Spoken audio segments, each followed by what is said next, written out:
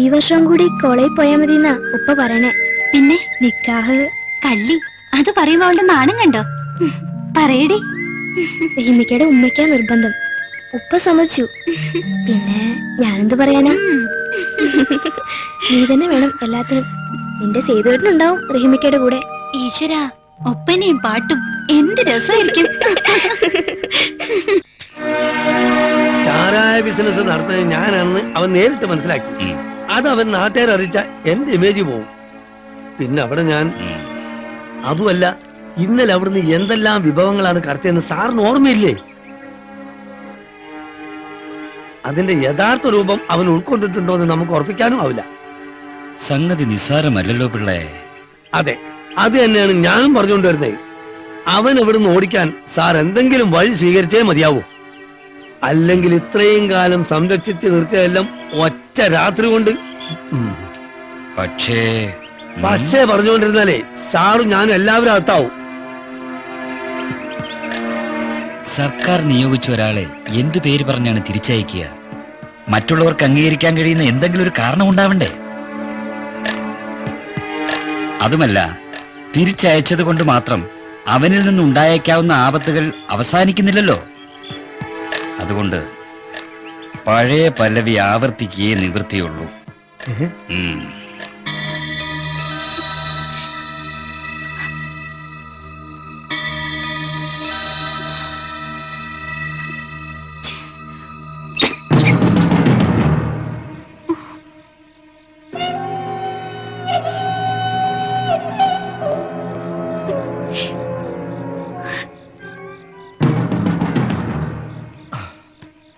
നിനക്കെന്താ ഒരു വല്ലായ്മ? വല്ലായ്മ തുടങ്ങി. അത് തന്നെ മനസ്സിലായില്ല. ഇത് എന്നെ രായപ്പഞ്ചാറിന്റെ കുഴപ്പം. എന്റെ കഴുത്തിലൊരു മിന്നി കെട്ടാൻ എത്ര നാളെ കൊണ്ട് ഞാൻ പറയണതാ.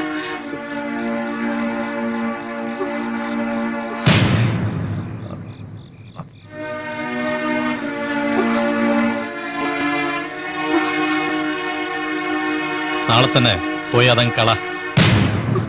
ഇല്ല രായപ്പഞ്ചേട്ടാ, അതെനിക്ക് വയ്യ. ആദ്യമായിട്ടുണ്ടാവുന്ന കൊച്ച, അതിനെ കൊന്നു കളഞ്ഞ കർത്താവ് പൊറുക്കത്തില്ല. ചേട്ടാ, നാളെ തന്നെ നമുക്ക് രജിസ്റ്റർ ഓഫീസിൽ പോവാം. നമ്മുടെ കൊച്ചല്ലേ, എന്നിട്ട് നമുക്കതിനെ വളർത്താം. എന്നായാലും നമുക്കൊരു കൊച്ചു വേണ്ടേ? വേണം, എനിക്ക് വേണം. എന്തായാലും ഞാനതിനെ പ്രസവിക്കും. ശരി, നമുക്ക് എന്താണെന്ന് വെച്ചാ ചെയ്യാം. നീ ധൈര്യമായി പറ. താനിങ്ങനെ വിരല് പിടിച്ചെടുക്കാതെ തനിക്ക് അവളെ കെട്ടിക്കൂടെ രായപ്പ? അതല്ലേ നല്ലത്? പിള്ളച്ചാ, എനിക്ക് ചൊറിഞ്ഞു കയറുന്നുണ്ടാ. ഞാൻ പിന്നെ എന്ത് വേണമെന്നാ രായപ്പൻ പറയുന്നത്? പറ്റേണ്ടത് പറ്റി.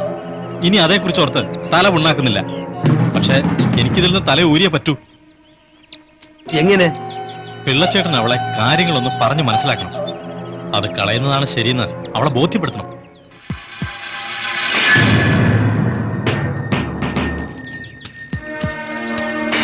പിള്ളച്ചേട്ടാ, അതല്ലെങ്കിൽ പിന്നെ അത് മറ്റു വല്ലവരുടെയും തലയിൽ കെട്ടിവെക്കണതാ നല്ലത്. അതത്ര. എന്താ പിള്ളച്ചേട്ടാ? രായപ്പൻ പൊക്കോ, വഴിയുണ്ട്. അത് രായപ്പനോട് പൊക്കോളാനല്ലേ പറഞ്ഞത്?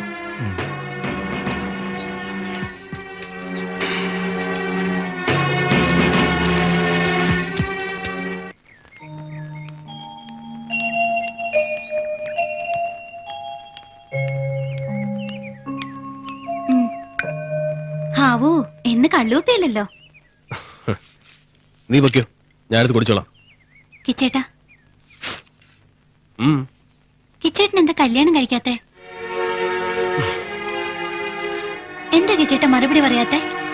ഭാരിച്ച കാര്യങ്ങളൊന്നും അന്വേഷിക്കണ്ട. നീ അവന്റെ കാര്യം നോക്കിയാ മതി. ആരുടെ? നിന്റെ മറ്റവന്റെ. അതെന്താ അറിയാനാ? എനിക്കറിയേണ്ടത് ഇതാ. അത് ഇത്രയൊക്കെ അറിഞ്ഞാ മതി. പോരാ കിച്ചേട്ടാ. കിച്ചേട്ടൻ കാരണമല്ലല്ലോ സതിച്ചേച്ചി മരിച്ചത്.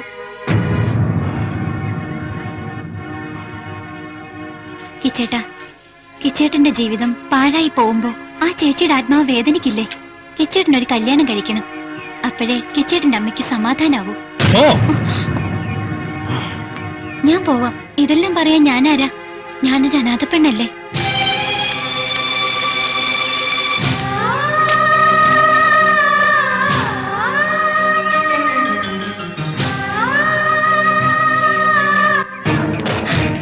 ആരാണ്?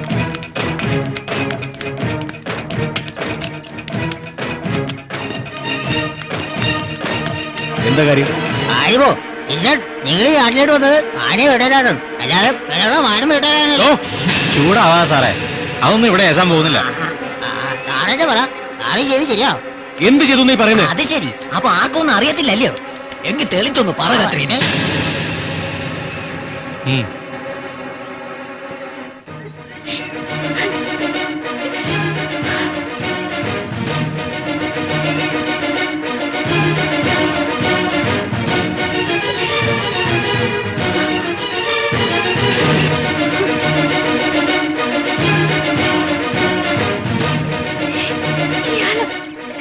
ഇയാളെന്നെ നശിപ്പിച്ചു, ഗർഭിണിയാക്കി. നീ ചുമ്മാ ഇംഗ്ലീഷ് പോവാതെ സാർ. ഈ ഭാഷ നുണ പറയുന്നതാ. എന്ത് ഉദ്ദേശം വെച്ച്? അല്ലെങ്കിൽ ആരുടെ നിർദ്ദേശപ്രകാരം? ഞാൻ പറയുന്ന സത്യമാണ്. ഉരുൾപൊട്ടവളെ, ആരാണ് നിന്റെ ഗർഭത്തിന് ഉത്തരവാദി? സത്യം പറയടി.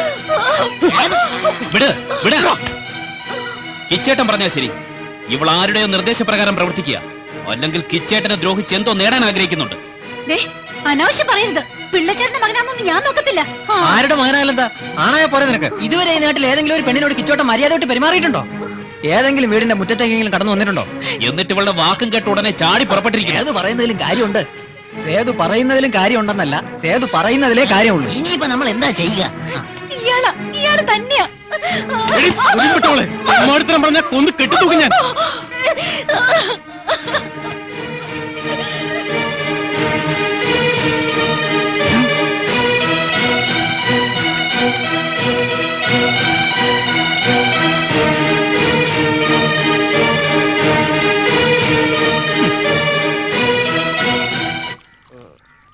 ചിക്കാരി വീട്ടിൽ എന്താ കോവാലേട്ടന്റെ ചായക്കടയിലേക്ക് ചായ കുടിക്കാൻ പോകാത്തത്?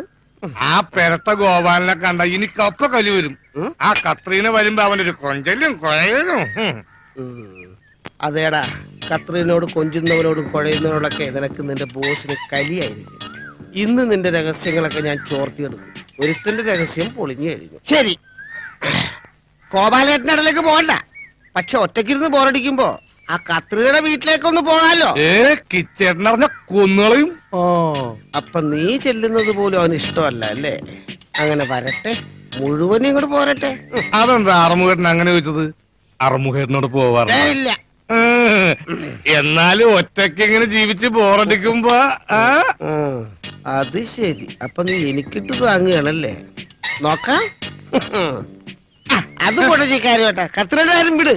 നാട്ടിൽ എന്തോരം പെണ്ണുങ്ങളുണ്ട്. അവരിൽ ആരുടെ എല്ലാം വീട്ടിൽ കിച്ചുവട്ടം പോകാറുണ്ട്. അത് പറയാനിട്ട് ധൈര്യം വേണം. ഇത് ഞാൻ എടുത്തോട്ടെ.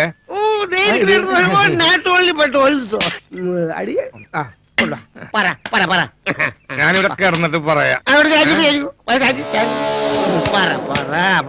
അത് ഞാൻ ഉറങ്ങിക്കൊണ്ട് പറയാം. ദൈവമേ, പണ്ടാരടങ്ങാനായിട്ട് എന്റെ കുപ്പിയും തീർന്ന് എന്റെ നേരവും പോയി. ആ കിച്ചിന്റെ കാര്യോട്ട് അറിയാനും പറ്റിയില്ല. പണ്ടാരം.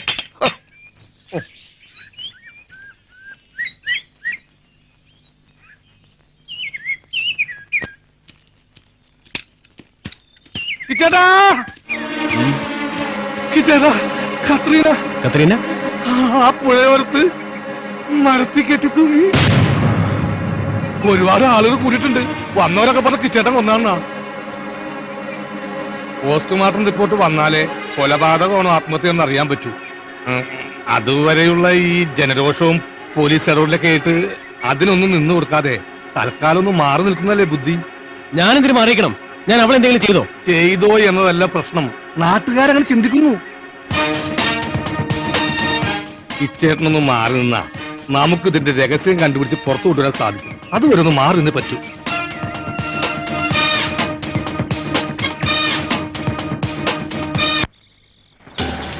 ആത്മഹത്യ ചെയ്തതാവും. തല നീർത്തി നടക്കാൻ പറ്റാത്ത അവസ്ഥയില്ലേ? എന്ത് വിഡ്ഢിത നിങ്ങൾ ഈ പറയുന്നത്? ആ കിച്ചൻ അത്രയും നാട്ടുകാർ മുമ്പിൽ പരസ്യമായി കൊല നടത്തിയത് ഇന്നലെയല്ലേ? എന്നിട്ട് ഇതൊരു ആത്മഹത്യയാണെന്നാണോ നിങ്ങൾ പറയണത്? ശരിയാ, അവൻ കൊന്ന് കെട്ടിത്തൂക്കി തന്നെ. ഓ, എന്നാലും ആ ദുഷ്ടൻ ഇങ്ങനെ ചെയ്യുമെന്ന് ഞാൻ സ്വപ്നത്തിൽ പോലും കരുതിയില്ല. ഒരു മുത്തിനല്ലേ ഞെരിച്ചു കൊന്നത്. മുത്തോ മാണിക്കോ എന്നുള്ളതല്ല ഇവിടെ പ്രശ്നം.